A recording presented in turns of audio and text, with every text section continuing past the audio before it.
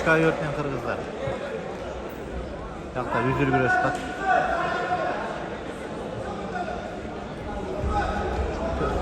Daha bir nakat. Все, 100 jengdi. Pınar.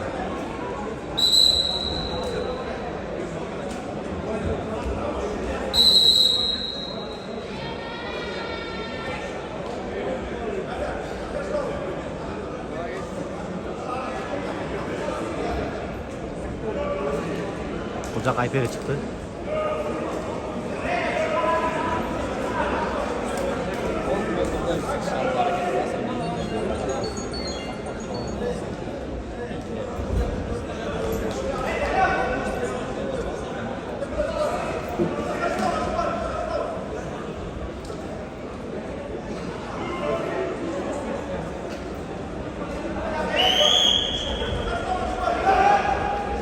Mete in red, representing Saudi Arabia.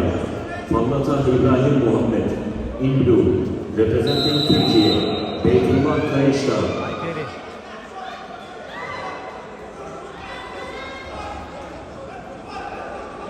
Ay, kasay.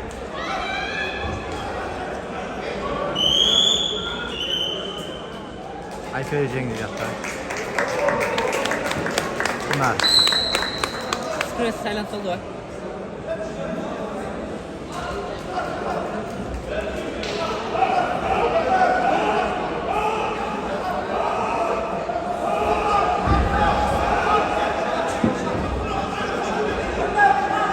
Messi in red, representing Türkiye.